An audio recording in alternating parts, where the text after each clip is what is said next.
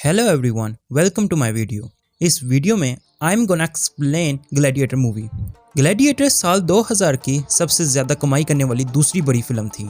इस मूवी की story line basically 1958 में लिखी गई book those about to die से मिलती जुलती है। इस मूवी के स्टार्ट में दिखाया जाता है कि 180 AD में रोमन आर्मी जर्मैनिक कबीले के खिलाफ आखिरी जंग जीत जाती है, जो तकरीबन 12 सालों से जारी होती है। इस आर्मी को जनरल मैक्सिमस लीड कर रहा होता है। इस जंग को जीतने के बाद बादशाह मार्कस का मैक्सिमस पर एतमाद बढ़ जाता है और वो मैक्सिमस को अपने बाद रोम का बादशाह बनाना चाहता था, लेकिन मैक्सिमस ये बात मानने से इनकार कर देता है क्योंकि वो अपनी बीवी और बेटे के पास वापस जाना चाहता था और उसे सियासत के बारे में कुछ भी नहीं पता था। जब बादशाह मार्कस अपने बेटे कोमोडस को मैक्सिमस के बारे में बताता है कि तुम्हारी जगह अगला बादशाह मैक्सिमस है, तो कोमोडस गुस्से में आकर अपने बाप को मार देता है। वो खुद बादशाह बन जाता है। वो कोमोडस मैक्सिमस को अपने साथ मिलकर काम करने के लिए कहता है, तो मैक्सिमस मना कर देता है क्योंकि मैक्सिमस को पता चल जाता है कि मार्कस की मौत का जिम्मेदार उसका अपना बेटा कोमोडस है। तो कोमोडस मैक्सिमस को गिरफ्तार करवा लेता है और उसको मारने का हुक्म देता है। जब गार्ड्स मैक्सिमस को मारने लगते हैं तो मैक्सिमस वहाँ से बच निकलता है। वो सीधा अपनी फैमिली के पास जाता है। जब मैक्सिमस अपने गांव पहुंचता है तो देखता है कि कोमोडस ने उसका गांव जला दिया होता है और उसके साथ ही उसकी बीवी और बेटे को भी मरवा दिया होता है। ये देखकर मैक्सिमस बेहोश हो जाता है। तो इस दौरान वहाँ कुछ ताजर आ जाते हैं जो मैक्सिमस को अपने साथ ज़ुचाबार ले जाते हैं, जो नॉर्थ अफ्रीका का एक सूबा होता है जहाँ ग्लैडिएटर स्कूल का हेड प्रोक्सिमो उसे खरीद लेता है। शुरू में मैक्सिमस ग्लैडिएटर टूर्नामेंट में लड़ने से इनकार कर देता है, लेकिन जब टूर्नामेंट शुरू होता है तो मैक्सिमस को मजबूरन लड़ना पड़ता है। ग्लैडिएटर एक ऐसा खेल था जिसमें गुलामों को आपस में लड़वाया जाता था। जैसे जैसे मैक्सिमस मैच जीतता गया तो वो अपनी बहादुरी की वजह से लोगों में मशहूर होने लग गया। इस दौरान मैक्सिमस की दो लोगों से बहुत गहरी दोस्ती हो जाती है। उसमें एक हैगन था जो एक जर्मैनिक बारबेरियन था और दूसरे का नाम जुबा था जो एक शिकारी था।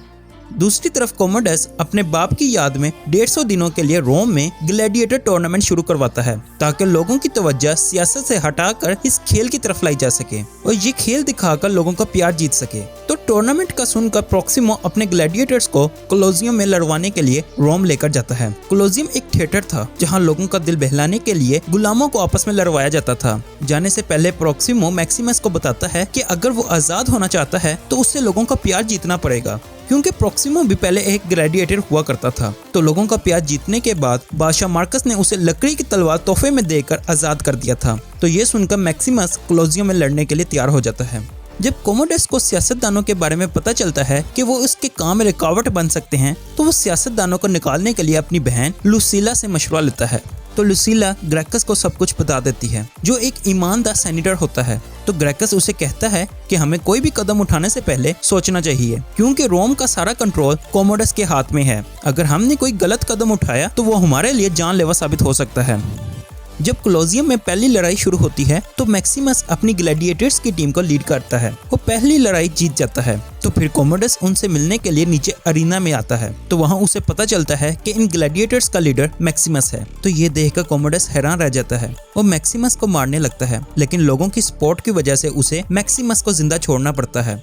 कोमोडस मैक्सिमस की दूसरी लड़ाई रोम के अनडिफीटेबल ग्लैडिएटर से करवाता है, जिसका नाम टाइग्रिस ऑफ गॉल होता है। इस खेल में शेर भी होते हैं जिनका टारगेट सिर्फ मैक्सिमस था, लेकिन मैक्सिमस बड़ी मुश्किल से इस लड़ाई को जीत जाता है। वो ग्लैडिएटर को मारने के लिए मैक्सिमस कोमोडस के फैसले का वेट करता है। जब कोमोडस उसे इस ग्लैडिएटर को मारने की इजाजत देता है तो मैक्सिमस उसे नहीं मारता, जिसकी वजह से वो लोगों में मैक्सिमस द मर्सीफुल के नाम से मशहूर हो जाता है। इस लड़ाई के बाद मैक्सिमस को अपना नौकर सिसिलो मिलता है, जो उसे बताता है कि उसकी आर्मी अभी तक उसके साथ वफादार है और वो सब ऑस्ट्रिया की बंदरगाह पर मौजूद हैं। दूसरी तरफ कोमोडस की बहन लुसीला अपने भाई के कारनामों की वजह से बहुत तंग आई होती है और वो मैक्सिमस से मिलती है। तो मैक्सिमस उसे अपनी फौज के बारे में बताता है। तो लुसीला और सेनेटर ग्रेकस मैक्सिमस की मदद करने के लिए तैयार हो जाते हैं। कोमोडस को उनके प्लान का पता चल जाता है, तो वो ग्रेकस को गिरफ्तार करवा देता है। वो साथ ही प्रोक्सिमो की ग्लैडिएटर्स पर हमला करवा देता है। तो मैक्सिमस को बचाते हुए प्रोक्सिमो और हैगन मर जाते हैं और मैक्सिमस वहां से बचकर अपने नौकर सिसिलो के पास जाता है। तो कोमोडस के गार्ड्स मैक्सिमस के सामने उसे तीर मार देते हैं और मैक्सिमस को गिरफ्तार कर लेते हैं। इसके बाद कोमोडस मैक्सिमस को कोलोसियम में लड़ने के लिए चैलेंज करता है ताकि मैक्सिमस को हराकर फिर से कोमोडस लोगों में मशहूर हो जाए। लड़ाई शुरू होने से पहले कोमोडस जेल में मैक्सिमस के पास जाता है। वो खंजर को मैक्सिमस की कमर में मार देता है जो सीधा फेफड़ों में जाकर लगता है। जब लड़ाई स्टार्ट होती है तो मैक्सिमस जख्मी होने के बावजूद कोमोडस को मार देता है और रोम का कंट्रोल मैक्सिमस के पास आ जाता है। और लेकिन मैक्सिमस खुद भी फेफड़ों में लगने वाले खंजर की वजह से मर जाता है और मरने से पहले मैक्सिमस तमाम ग्लैडिएटर्स को आजाद करवा देता है और रोम का कंट्रोल ग्रैकस के हाथ में दे देता है। एंड में लुसीला के कहने पर मैक्सिमस को सोल्जर ऑफ रोम का एजाज दिया जाता है और मैक्सिमस की बॉडी को इज्जत के साथ कोलोसियम से बाहर ले जाते हैं और कोमोडस की बॉडी को वहीं छोड़ देते हैं। इस फिल्म के एंड में दिखाया जाता है कि मैक्सिमस जन्नत में अपनी बीवी और बेटे से मिलता है और यहीं ये मूवी खत्म हो जाती है।